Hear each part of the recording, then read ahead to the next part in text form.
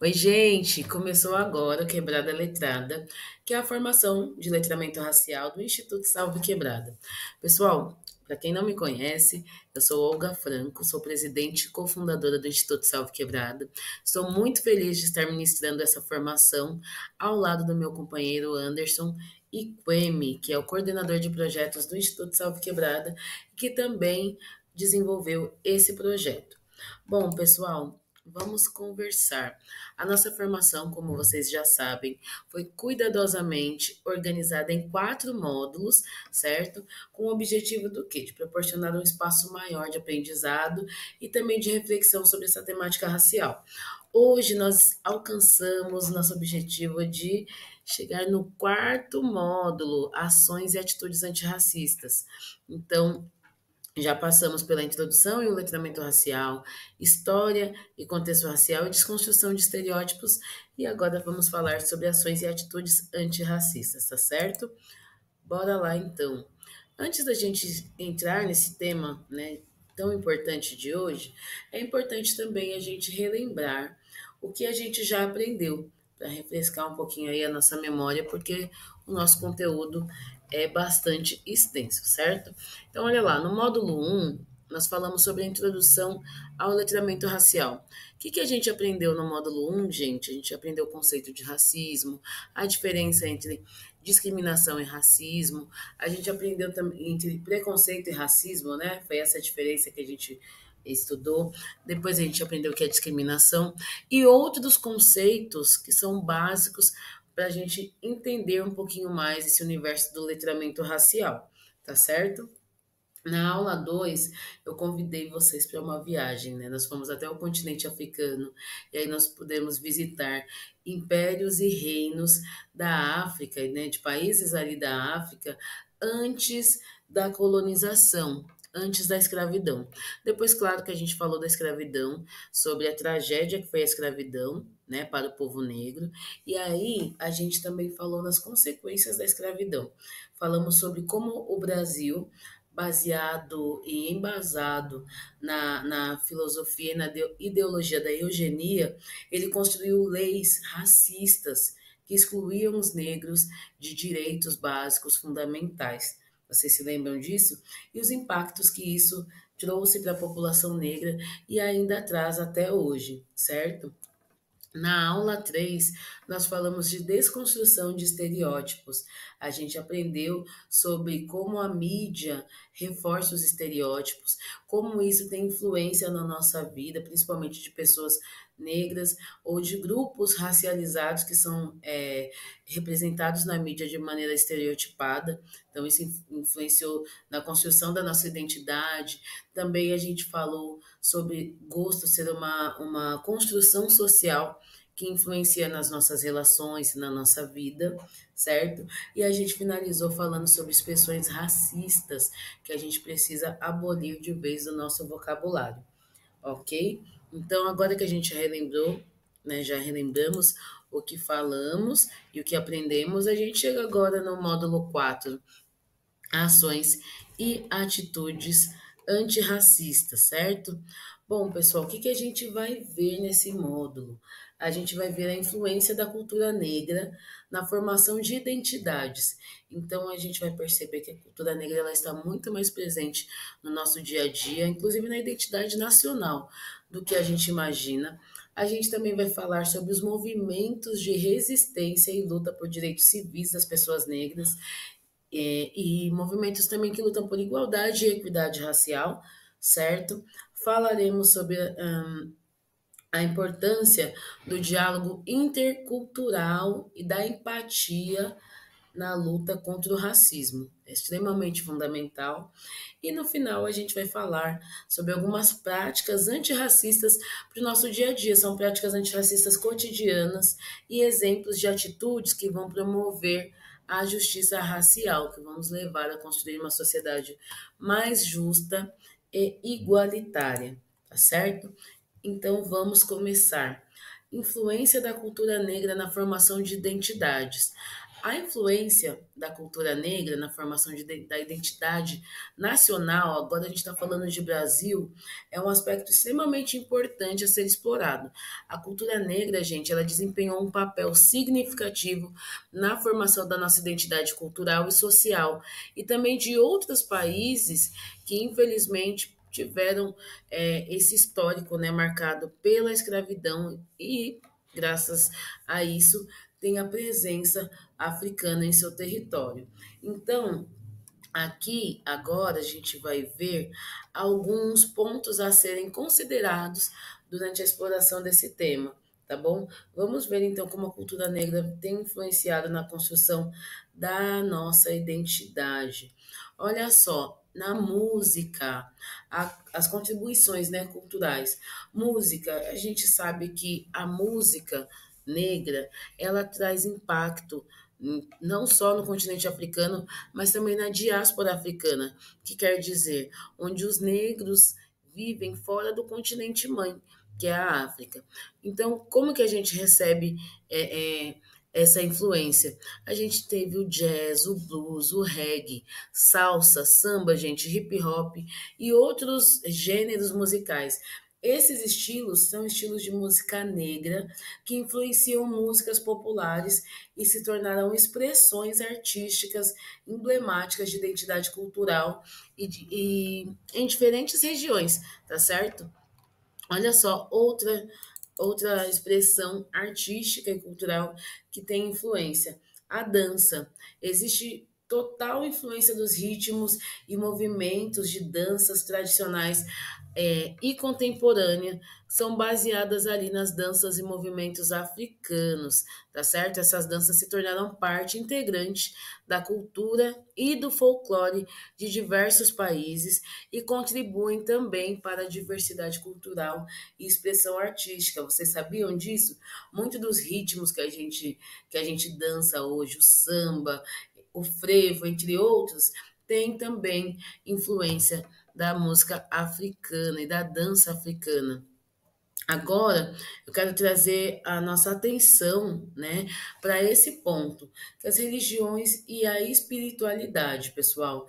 A influência das religiões de matriz africana, como o Candomblé e a Umbanda, entre outros, nas práticas, né, religiosas e nas crenças espirituais, elas são muito presentes na construção da nossa identidade nacional, né? Então, o Brasil é um dos países que a gente tem mais culto a orixás, que a gente tem mais culto a candomblé e a umbanda. E essas religiões, elas têm sido tem sido uma forma de resistência cultural das pessoas negras e uma fonte de identidade e conexão com as raízes africanas. Então, independente de qual seja a sua religião, essas religiões que são de matriz africana, muitas vezes aqui no Brasil elas foram muito demonizadas. E aí a gente pode até falar que essa demonização das religiões de matriz africana se deu muito por ignorância, porque, por exemplo, existe uma entidade no cristianismo que é o demônio. Né? O demônio não está presente nas religiões de matriz africana, mas ainda assim essas religiões são demonizadas. E, na verdade, elas fazem parte da diversidade cultural e elas fazem parte também da resistência cultural do povo africano. E também acabam sendo uma forma das pessoas negras se conectar com sua ancestralidade. Tá certo? Então, independente de qual seja a religião de cada um de vocês, nós precisamos aprender a respeitar o direito que as pessoas têm de manifestar a sua fé, principalmente porque não se trata apenas de uma religião, mas tem toda uma questão cultural, tá certo? E aí, olha só que legal, gente. Será que vocês sabem disso? A gente também sofre influência na nossa culinária, influência africana. Aqui a gente tem um prato que é tradicional brasileiro, que é a feijoada. E vocês sabiam que a feijoada é um prato que foi criada por pessoas negras, né? Que foi criada por pessoas negras na época da escravidão e se popularizou e talvez hoje esteja um dos pratos mais conhecidos, né, no Brasil que todo mundo come. Então a influência da culinária africana na gastronomia local e aí com vários pratos, temperos, técnicas culinárias, ingredientes que foram trazidos ali por meio do intercâmbio, né, intercontinental. Então, quando os povos negros foram trazidos da África, foram sequestrados da sua terra-mãe, eles trouxeram muita cultura e também trouxeram temperos, trouxeram hábitos alimentares que hoje trazem nessa riqueza aí culinária para o nosso Brasil, tá certo? Olha, outra coisa que tem bastante influência são as expressões artísticas, gente, as artes visuais. Então, a contribuição dos artistas negros na pintura, na escultura, na fotografia e outras formas de expressão visual, ela é muito rica também na construção da nossa identidade nacional, tá? A gente pode até lembrar naquela segunda aula, quando nós falamos dos impérios e dos reinos africanos, como a arte estava presente, né, na cultura negra. Então, desde muito tempo que a arte está presente na cultura negra e ela está presente também na nossa identidade nacional, ok? Olha só, outra coisa que está presente, a literatura. Deixa eu ver se aqui, agora sim. A literatura. Então, a literatura produzida por escritores negros, explorando suas obras, tem retratado o quê, gente? O que a gente tem quando a gente tem autores negros e a gente precisa ler autores negros? A gente tem experiências negras, questionando as estruturas de poder, e a gente questiona racismo, questiona as estruturas de poder, e a gente também resgata a história e a cultura africana. Então é muito importante que a gente leia autores negros.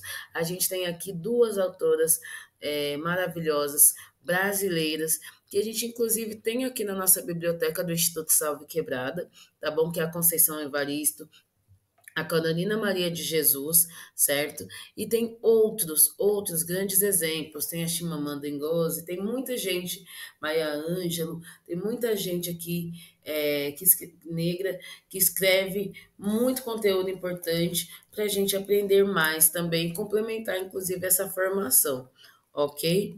E aí, pessoal, a gente precisa também dar atenção sobre uma influência, né, negra que é muito presente, que é o ativismo e os movimentos sociais, principalmente os ativistas negros na luta pelos direitos civis, pela dignidade e igualdade racial, equidade racial e pelo reconhecimento da cultura negra, certo? Então, como que esses movimentos eles contribuíram para a afirmação da nossa identidade negra, ok? Aí, olha só, a gente preparou, então, essa é a segunda parte da nossa aula, porque a gente vai falar agora sobre movimentos de resistência e luta por direitos civis e igualdade, equidade racial, certo? Esses movimentos de resistência e luta por direitos civis e igualdade racial, eles têm desempenhado um papel bastante significativo na história e na busca por justiça racial e social. Aqui, então, a gente vai poder analisar um pouco desses movimentos e a gente vai destacar alguns pontos e trazer alguns que são importantes. Eu quero começar falando para vocês sobre o movimento pelos direitos civis que aconteceu lá nos Estados Unidos. Talvez alguns de vocês já tenham visto um pouco sobre em livros ou em filmes, que é bastante retratado, mas a gente precisa conhecer também, então, porque tem grandes líderes e grandes nomes. Então, eu vou falar um pouquinho do contexto histórico, certo? O movimento pelos direitos civis lá nos Estados Unidos, ele teve um marco inicial mais ou menos no século XX, e aí ele buscava combater a discriminação racial, a segregação e a negação dos direitos mesmos básicos, né, e fundamentais dos direitos civis e políticos a pessoas negras. E aí esse movimento ele cresceu tanto que ele teve grandes líderes. Então, a gente trouxe aqui, ó, para vocês alguns líderes que a gente precisa saber, conhecer, porque eles tiveram uma história muito importante. Aqui a gente tem o Martin Luther King. Eu acredito que todos vocês já conhecem Martin Luther King, mas para quem não conhece, é uma das figuras mais importantes na luta contra a segregação racial e discriminação racial lá nos Estados Unidos. O Martin Luther King ele nasceu no dia 15 de janeiro, em 1929. E vocês se lembram que ele tem um discurso bastante conhecido, eu acho que foi o discurso mais icônico né, que todo mundo, quando escuta essa frase, se lembra dele. I have a dream. Eu tenho um sonho. O discurso foi realizado no dia 28 de agosto de 1963, durante uma sobre Washington, onde os trabalhadores negros lutavam mesmo e pediam trabalho e liberdade, né? Melhores condições de trabalho e liberdade. Então, nesse discurso, que foi extremamente poderoso, o Martin Luther King, lá em Washington, D.C., ele incentivou a igualdade racial, ele pediu o fim da segregação e da discriminação, e ele trouxe a visão dele de futuro, onde as pessoas seriam julgadas por seu caráter e não pela cor da sua pele, certo? Esse discurso ele inspirou e continua inspirando aí muitas pessoas pelo mundo e ainda continua inspirando também as lutas. E infelizmente a morte do Martin Luther King foi um evento muito trágico e marcante na história dos Estados Unidos. Ele foi assassinado no dia 4 de abril de 1968 em Memphis, no Tennessee, e naquela noite o Martin Luther King estava também apoiando a greve de trabalhadores negros, e aí ele foi baleado. Ah, existem algumas controvérsias, né, sobre a morte do Martin Luther King. Então, assim, a família do King e muitos americanos acreditam que o assassinato dele foi uma conspiração entre o governo americano. Tem pessoas que acreditam que foi a máfia e a polícia, enfim. Mas teve um homem que era supremacista branco, o nome dele era James Earl Ray, eu não sei falar muito bem o nome dele, mas ele foi condenado pelo crime e ele confessou inicialmente e depois ele negou, ele mudou a versão dele. Enfim, ele foi preso e morreu na prisão com 70 anos de idade. Mas o Martin Luther King com certeza é uma figura que vale a pena ser lembrada e que sirva como referência para nós também, né? Uma curiosidade sobre ele é que ele era pastor, tá, gente?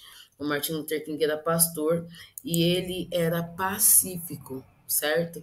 É importante dizer isso, porque apesar dele ser um homem pacífico e de lutar sempre com a fala, ele nunca defendeu a violência, ainda assim ele foi morto, né, por lutar por direitos iguais. Olha só, vamos falar dela, que é conhecida como a mãe dos direitos civis lá nos Estados Unidos. Vocês conhecem a Rosa Parks? Gente, a Rosa Parks ela é conhecida como a mãe dos direitos civis nos Estados Unidos, porque o que aconteceu lá nos Estados Unidos? Ela era costureira, certo? E aí, no dia 1 de dezembro de 1955, ela entrou em um ônibus na volta do trabalho, né, quando ela ia para casa. E aí, após um dia de trabalho, que ela estava super cansada e ela estava extremamente cansada, o ônibus nos Estados Unidos, lá na cidadezinha onde ela morava, acho que é Montgomery, no Alabama, isso mesmo, tá escrito aqui, tem uma colinha também. Lá em Montgomery, no Alabama, no estado do Alabama, tinha uma lei onde os negros não poderiam se sentar nos bancos da frente ali do ônibus, certo? Então esse local era proibido para os negros. E ela, depois de estar muito cansada, esse dia ela estava estafada, ela foi lá e se sentou no banco. Só que aí o que aconteceu? Ah, o Estado, como era segregacionista, quando entrou um homem branco, eles intimaram ela a levantar e ceder espaço para aquele homem. Porém, ela se recusou. Ela se recusou a dar aquele espaço ali para o homem. E aí, gente, foi uma confusão, né? Porque eles chamaram a polícia para ela. Ela foi presa, ela foi condenada, julgada e condenada por simplesmente não dar lugar a um homem branco. E aí, sabe o que aconteceu? A galera negra lá dos Estados Unidos, eles se revoltaram. Eles se revoltaram, então eles fizeram diversas manifestações em apoio à Rosa e também fizeram um boicote. A população negra, ela parou de usar o transporte urbano, parou de usar o transporte público. E aí, o que aconteceu? Depois de 382 dias sem utilização dos negros não andavam de ônibus mais, até eles reverterem a lei que proibia negros, que fazia essa segregação, proibia negros de sentarem lá nos bancos da frente, e depois de 382 dias, essa lei foi revogada porque as empresas de ônibus estavam quase quebrando. Vocês têm noção do que é isso? 382 dias, gente, é mais de um ano fazendo greve. Deve ter sido muito difícil, mas o boicote funcionou. E aí, a partir daí, a população, o movimento negro lá dos Estados Unidos, começou a lutar por direitos civis, também utilizando essa ferramenta do boicote, vou chamar de ferramenta, tá certo? Então, por isso que a Rosa é considerada, porque ela resistiu, ela teve uma atitude de falar: não, eu não vou levantar. Eu vou presa, mas eu não vou levantar para nenhum branco sentar. E foi isso que aconteceu, mas felizmente a luta funcionou, né? Depois de muito sofrimento também, é claro. Vamos falar agora do Malcolm X. Gente, o Malcolm X, ele foi um crítico ferrenho do racismo, muito mesmo, e da síndrome sistêmica, né, do racismo estrutural, enfrentado pelos negros. E aí as palavras dele eram sempre de ação, eles tiveram um impacto muito significativo ali no movimento negro. Então, tudo que ele falava, as pessoas, ele tinha o poder das palavras, sabe? E ele era um homem muito inteligente, então ele influenciou muitos negros, não só lá nos Estados Unidos, mas no mundo inteiro. Ele era um grande líder e o estilo de liderança dele também era considerado muito carismático e ele tinha muita eloquência, né? E e aí ele ficou muito conhecido, né, pelos ativistas da época, ele foi muito seguido. E aí eu não quero falar muito da história do Malcolm X, porque ele tem uma história gigante que aconteceu muita coisa na vida dele, mas eu recomendo super o livro, né, contando a história dele que a gente tem aqui no Instituto, tá certo? Na Biblioteca ISQ. Quem tiver interesse, peguem esse livro. O Malcolm X, infelizmente, também foi assassinado aos 39 anos em um ataque de tiros enquanto ele discursava em um evento público lá em Nova York. E aí a morte dele também foi um grande golpe para o movimento, né, negro lá nos Estados Unidos, mas também deixou um legado que continua vivo até hoje, inspirando gerações a lutar contra as injustiças raciais. Inclusive, nos inspira bastante também, tá certo? Aqui, olha só, quem conhece Panteras Negras, não estou falando do filme, mas inspirou o filme também. O Partido dos Panteras Negras, pessoal, tinha o objetivo principal de combater a discriminação racial também e a brutalidade policial enfrentada pelas comunidades negras americanas. Eles também promoviam programas sociais, então eles faziam café da manhã para crianças, eles ajudavam as comunidades, incluíam programas de alimentação, de clínicas de saúde, de educação. E eles ganharam muita notoriedade por conta da abordagem militante e pelas ações de patrulhamento armado, porque eles monitoravam a polícia, a atuação da polícia. A polícia era extremamente violenta nos bairros negros, né? E aí as pessoas morriam, as pessoas eram baleadas, as pessoas desapareciam. E aí eles se armaram e faziam um patrulhamento para que a polícia não ultrapassasse os limites, né? Da segurança pública mesmo e não colocassem as vidas negras em risco. Então eles usavam a imagem de uma pantera negra, tá vendo ali no cantinho da foto, como símbolo de força e resistência. Agora, gente, eu quero falar um pouquinho do que foi o movimento antirracista também, o movimento apartheid na África do Sul. A África do Sul, para quem não sabe, teve um regime de apartheid, onde negros e brancos eram separados e não tinham os mesmos direitos. Os negros não poderiam ir no território dos brancos, certo? Tinha o território dos brancos que tinha tudo e o território dos negros era excluído e, enfim, era um horror. E aí houve então esse movimento, né, que foi feito por um esforço de grandes lideranças que lutavam, né, contra essa segregação racial, que vigorou lá entre 1948 e 1994. Parece que faz tempo, mas não faz, certo? E aí esse movimento teve grandes lideranças também. Então a gente tem Nelson Mandela, Desmond Tutu, Steve Biko e outros que desempenharam aí papéis cruciais na luta contra o apartheid. Tá? O movimento envolveu boicotes internacionais, protestos populares, mobilizações políticas. Então, era um monte de coisa que eles faziam. Escreveram muitos livros, influenciaram muitas pessoas e a luta não foi fácil. Eu gostaria de relembrar para vocês a história do Nelson Mandela. Quem foi, na verdade, né? Porque a história dele seria impossível eu comentar hoje aqui, porque também é uma história gigantesca. Mas vamos relembrar quem foi o Mandela, então. Ele foi um dos principais líderes mais importantes e emblemáticos na luta contra o apartheid e pela igualdade racial na África do Sul. Ele nasceu no dia 18 de julho de 1918 eu não sei falar o nome do lugar que ele nasceu. É Mvezo, tá bom? Mvezo, eu acho que é isso. É uma pequena aldeia no Cabo. Ai, não acredito, peraí. Pessoal, vou falar novamente porque cortou aqui, a gente teve uma pausa. Mas olha só, eu estava contando para vocês sobre o Nelson Mandela. O Mandela foi um líder muito importante, principalmente na luta ali contra o apartheid. Ele lutava pela igualdade racial na África do Sul. Ele nasceu no dia 18 de julho de 1918 em uma aldeia no Cabo Oriental da África do Sul. E ele faleceu no dia 5 de dezembro de 2003 em Joanesburgo. O Mandela se tornou um defensor dos direitos humanos e começou sua luta política como membro do Congresso Nacional Africano, que era uma organização que buscava acabar com o sistema de segregação racial do apartheid imposto pelo governo sul-africano.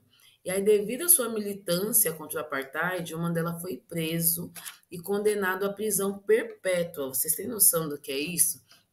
Isso aconteceu em 1964. Aí ele passou 27 anos na prisão.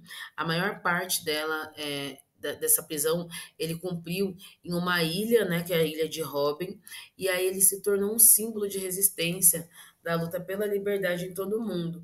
Então, mesmo durante o período que ele ficou preso, durante esses 27 anos, ele escreveu cartas para ativistas no mundo inteiro, para líderes no mundo inteiro. Ele continuou lutando contra a segregação, né, e contra o racismo.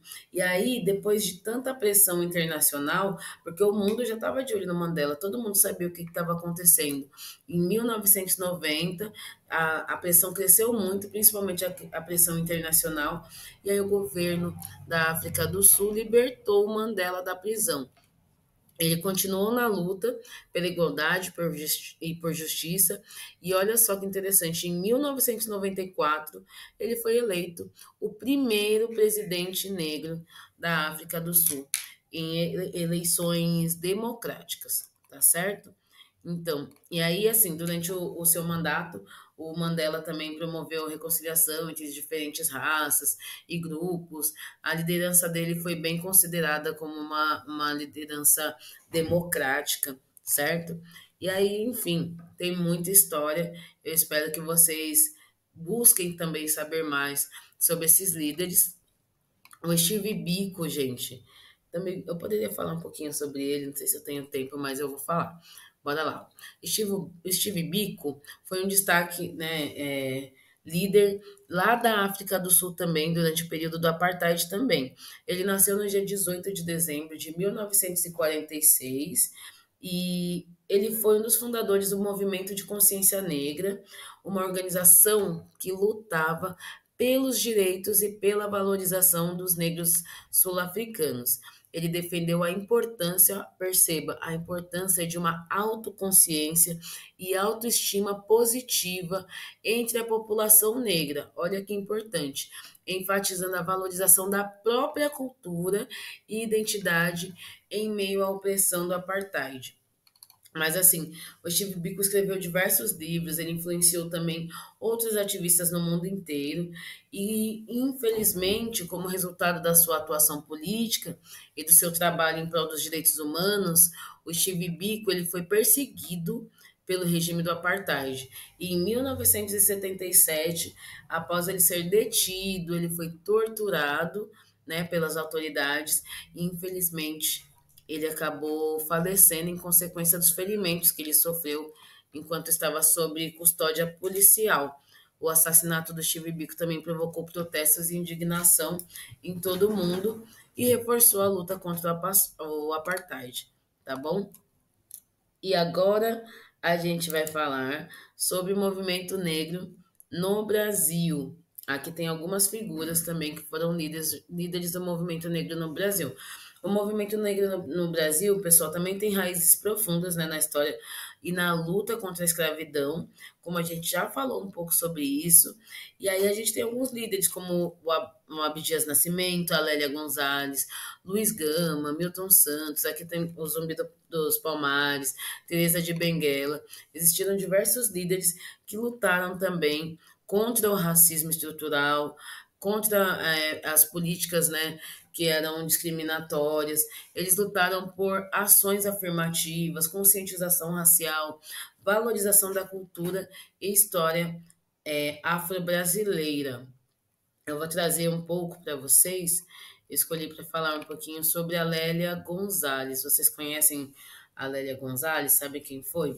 A Lélia foi uma importante intelectual, socióloga, antropóloga, professora e ativista brasileira. Ela nasceu no dia 1º de fevereiro, em 1935. Ela era carioca, nasceu no Rio de Janeiro. E ela teve uma trajetória marcada pela luta contra o racismo, o machismo e outras formas de expressão social. Ela foi uma das pioneiras no estudo da questão racial no Brasil, gente. E ela se destacou como uma das principais vozes do movimento negro no Brasil. A atuação dela na universidade, né, a atuação acadêmica da Lélia, abordava temas relacionados à diáspora africana, a racismo estrutural e a identidade negra. Então, quando a gente fala sobre isso hoje, e tem diversos autores novos que vêm trazendo essas narrativas, quem começou a falar sobre isso no Brasil foi a Lélia Gonzalez. E aí a sua obra e ativismo foram fundamentais para chamar a atenção para a situação da população negra no Brasil e para buscar a promoção da igualdade, da equidade racial, que a gente tem buscado até hoje, certo? Além das suas contribuições para o movimento negro, a Lélia Gonzalez também foi uma figura importante no movimento feminista brasileiro e ela defendia a interseccionalidade e a importância de compreender as diferentes formas de opressão enfrentada por mulheres negras. O legado da Lélia continua também a influenciar o pensamento e a luta pela igualdade racial e de gênero no Brasil. Ela é uma referência para muitas pessoas, né, que são engajadas hoje na busca de uma sociedade mais justa e inclusiva. Então, eu espero que vocês tenham gostado de conhecer um pouquinho esses movimentos, certo? Existem também outros movimentos que a gente não conseguiu trazer aqui para abordar nessa aula por conta do tempo, mas pesquisem sobre o movimento indígena na América Latina, que lutou também pela defesa dos direitos dos povos indígenas, dos territórios, e aí tem várias lideranças também, tá certo? E outros, tá bom, gente? Agora nós vamos falar sobre a discussão sobre a importância do diálogo intercultural e da empatia contra o racismo. Gente, o diálogo intercultural e a empatia, eles vão ter um papel fundamental na luta contra o racismo. A gente precisa colocar isso na nossa cabeça. Então, aqui estão algumas reflexões sobre a importância desses elementos, tá? Então, a gente precisa entender que diálogo intercultural significa que a gente vai falar de racismo e de outros assuntos com diferentes grupos. Não é um assunto exclusivo das pessoas negras, tá bom? Então é importante que diferentes grupos, ou que grupos, inclusive minorizados, que estão defendendo e lutando por pautas diferentes, também possam dialogar e unir forças. Então, por que é importante dialogar, né? O diálogo intercultural, ele permite a compreensão e o reconhecimento das diferenças. Por quê? Porque aí a gente quebra estereótipos, né? E aí a gente pode presenciar a visão de mundo de outras pessoas e de outros grupos. A gente pode reconhecer a diversidade e valorizar as contribuições de cada grupo. É importante. certo? Também a gente tem a construção de pontes e superações de barreiras que vão permitir a troca de conhecimentos, a troca de experiências e histórias, promovendo uma maior compreensão sobre as realidades e os desafios enfrentados por diferentes grupos culturais, tá? A empatia, gente, é fundamental e a identificação com as vivências alheias. A empatia, gente, ela vai desenvolver e desempenhar um papel que é fundamental na luta contra o racismo. A gente tem que ter isso na nossa cabeça, porque ela vai permitir que a gente se coloque no lugar do outro para compreender as suas vivências, as suas dores, suas alegrias, enfim. Através da empatia, a gente pode se conectar emocionalmente com as experiências de outras pessoas e reconhecer a importância de combater o racismo, tá? Aí, deixa eu ver o que, que eu tenho mais aqui, ó. Vamos lá. Ah, o reconhecimento das desigualdades e dos privilégios é importante. Não só as das desigualdades, percebam bem, é importante que a gente possa reconhecer nossos privilégios também, porque é essencial para a gente promover a justiça social, gente. Uma vez que nos tornamos conscientes dos sistemas e das estruturas que elas perpetuam o racismo. A gente tem que entender que o racismo é estrutural, a gente tem que entender que o racismo ele gera desigualdade para um lado e que ele gera privilégios para outro. E aí, com consciência, a gente pode buscar formas de desafiar, né, essas estruturas e de transformar essas estruturas também, tá certo? Construção de alianças e movimentos de mudança. O diálogo intercultural, gente, e a empatia permitem a construção de alianças entre diferentes grupos na luta contra o racismo. Ao compartilhar nossas experiências, nossos interesses e objetivos, a gente pode unir forças para promover mudanças mais efetivas. A gente pode trabalhar em conjunto para combater o racismo e construir uma sociedade mais justa e mais igualitária. Então, tudo bem que cada um tem a sua pauta que se identifica mais o que é atravessado por opressões, né, diferentes, por violências diferentes, mas a gente pode unir essas pautas, né, construir alianças e lutar juntos para combater o racismo e outras violências. E a educação e transformação social. O que, que a gente quer dizer com isso? Que o diálogo intercultural e a empatia também são fundamentais na educação e na transformação social, porque elas vão possibilitar a disseminação de conhecimento, ou seja, o conhecimento compartilhado. O conhecimento, ele não para só com a gente. Então, a gente vai promover a conscientização, o incentivo à ação, tanto em nível individual como coletivo, certo? Se eu compartilho um livro com você, com uma pessoa, essa pessoa ela lê e aí, ok, ela se torna consciente. Mas se eu falo desse livro e compartilho com um grupo de pessoas, como uma biblioteca ISQ, por exemplo, o impacto é coletivo. A conscientização deve ser de todos, certo? E aí, ao construir relações com a empatia, nós podemos promover mudanças mais profundas e mais duradouras. Então, posto isso, é importante a gente refletir que o diálogo entre culturas diferentes e a empatia são ferramentas essenciais para promover a compreensão, a solidariedade, a justiça social na luta contra o racismo, ok? Agora, minha gente, nós vamos ao que nós chamamos de Guia Básico Antirracista do Instituto Salve Quebrada. São práticas antirracistas cotidianas, ou seja, do dia a dia, e alguns exemplos de atitudes que vão promover futuramente a justiça racial, certo? Que aí eu quero contar com vocês para colocar essas práticas antirracistas no dia a dia de vocês. Elas são fundamentais mesmo para promover a justiça racial, para combater o racismo. Eu quero todo mundo fazendo isso. Então vamos lá para alguns exemplos. Antes disso, a gente trouxe aqui, olha só, a Angela Davis, Quem sabia que a Angela Davis foi uma das fundadoras do Partido dos Panteras Negras? Ela traz uma frase que eu quero que vocês reflitam sobre ela. Numa sociedade racista, não basta ser. Opa, peraí. Em uma sociedade racista, não basta não ser racista, é preciso ser antirracista. E vocês precisam ser antirracistas. Não adianta falar, ah, tudo bem, agora eu sei, eu não sou racista. Não, mas a gente precisa de atitude, vocês precisam ser antirracistas. Os racistas não se cansam, então os antirracistas também precisam estar ativos todos os dias.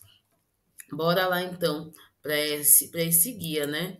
Que vai trazer alguns pontos aqui, ó. Educação e conscientização. Gente, qual é a dica para vocês?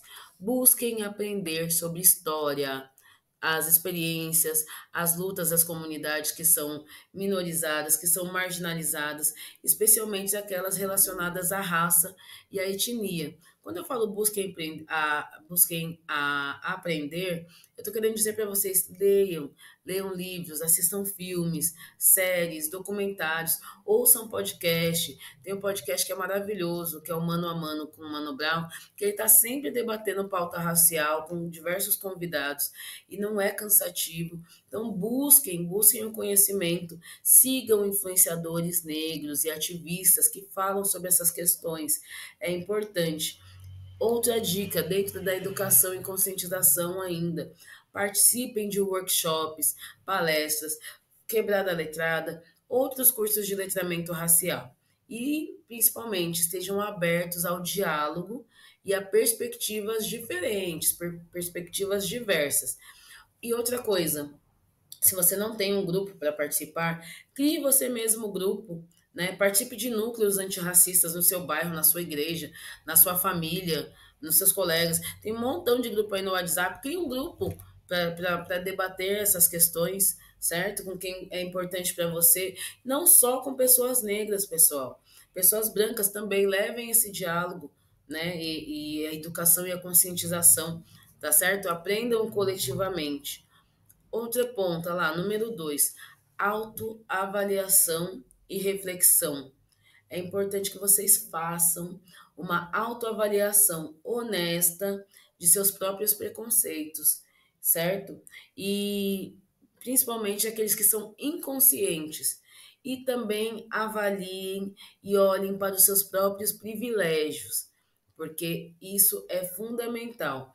Vocês precisam aprender a questionar as suas crenças e comportamentos enraizados e que esteja, desculpe, e que vocês estejam dispostos a confrontar essas crenças que muitas vezes são crenças limitantes, são crenças preconceituosas, são crenças racistas. Então estejam abertos e questionem, ok? Outro ponto também ainda dentro da autoavaliação e reflexão. Reflita sobre como você pode estar confiante para a perpetuação das desigualdades raciais em sua vida cotidiana. Porque às vezes no nosso dia a dia a gente fala, ah, eu sou assim mesmo, eu não quero mudar. Ah, eu aprendi assim, eu vou morrer assim. E às vezes a gente está fazendo com que um preconceito ele fique ali, ó, para sempre. Que o racismo ele fique ali para sempre. Então, que seja por meio de suas ações, das palavras ou até mesmo das suas omissões. Reflita como você está contribuindo para isso. E às vezes você está confiante, fala, ah, não ligo, tá tudo, eu não sou racista mesmo, mas faz um monte de coisa racista. E aí fala, eu aprendi assim, vou fazer o quê? Olha aí, você está contribuindo para que a nossa sociedade continue racista, certo? Número 3, escuta e empatia. Esteja disposto a ouvir ativamente as experiências e as perspectivas de pessoas de diferentes origens raciais e étnicas, gente. Valorize suas vozes e histórias, sem interrompê-las ou desqualificá-las. E ainda aqui, dentro da escuta e da empatia, cultive a empatia ao tentar entender e se colocar no lugar do outro, reconhecendo os impactos que o racismo e as desigualdades eles têm na vida dessas pessoas. Então, antes de você ficar falando, isso é mimimi, só reclama, tenta entender o que é uma pessoa que sofre racismo todos os dias. Quando ela coloca isso para fora, tenta entender, tenta se colocar no lugar dela. Por mais que você talvez não seja negro, mas você consegue imaginar a sua vida todos os dias sofrendo microviolências ou grandes violências ou agressões? Então, não é mimimi. Então, por favor, cultive a empatia, certo? E a desconstrução de estereótipos, a gente já falou sobre isso, será que você se lembra? Aí é um desafio. A gente desafia você a desconstruir seus estereótipos raciais e aqueles que estão na sua vida cotidiana, no dia a dia. Seja consciente de como eles tiveram como eles estavam ali, né, na sua visão e das pessoas, né? Como isso atrapalha, como isso influencia na forma que você olha para as pessoas e tente tratar cada pessoa como única. Não para de generalizar, para com aquele negócio de que, preto é tudo assim, isso aí é coisa de índio, é assim mesmo. Isso é generalização, isso é um estereótipo. Então, tente trabalhar para desconstruir esses estereótipos, mas esteja consciente também, sabe, de como esses estereótipos estão no seu dia a dia. Nas pequenas falas, sabe, aquelas que a gente fala sem pensar, são carregadas de estereótipos. Vamos passar aqui para o próximo. Olha lá, ó, responsabilidade e ação. Assumam a responsabilidade de agir contra o racismo, gente, em todas as suas formas. Isso inclui intervir em situações em que podem ser consideradas raciais, seja no seu ambiente de trabalho, na sua casa, na sua comunidade, na sua igreja, em outros ambientes. Quando você está presente de uma situação racista, quando o seu amigo é racista, quando alguém da sua família, você pode falar, você pode intervir, olha, isso aí que você falou não foi legal, isso é racismo. Pontua. Não deixe a pessoa se sentir confortável de ser racista na sua frente. Por mais que isso te gere um incômodo, aprenda a falar. Isso é uma fala racista. Talvez a pessoa saiba, talvez ela não seja mal intencionada, mas talvez ela seja. Então, corte, aprenda a ser antirracista na prática, certo? Então, assuma essa responsabilidade de agir contra o racismo.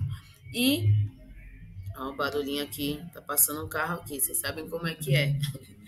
Esteja disposto a defender a igualdade racial e a justiça social em suas ações e apoie as organizações e iniciativas que trabalham para combater o racismo, como o Salve Quebrada, por exemplo, e outras instituições que vão aí promovendo a igualdade e a equidade racial, certo?